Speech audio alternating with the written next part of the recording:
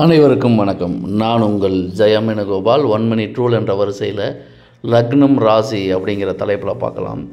ஒரு ஜாதகத்தில் லக்னம் ராசி இந்த 2 பாவங்களுமே பாதிப்பு இல்லாமல் இருக்கணும். பாதிப்பு இல்லாமல்னா அந்த ராசிகள் திதிசூன்யம் அடையாமல் இருக்க வேண்டும்.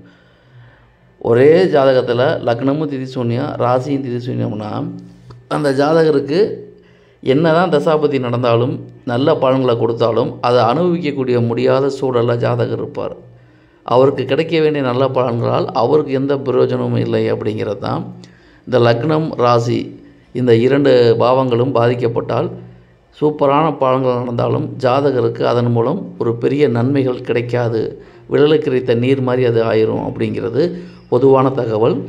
நாம் தெரிஞ்சுக்க வேண்டியது, எந்த ஒரு ஜாதகமாக இருந்தாலும் லக்னம் ராசி திதிசூன்யம் அடையாமல் இருப்பது மிகவும் நல்லது. இவை பொதுவான தகவல். நன்றி.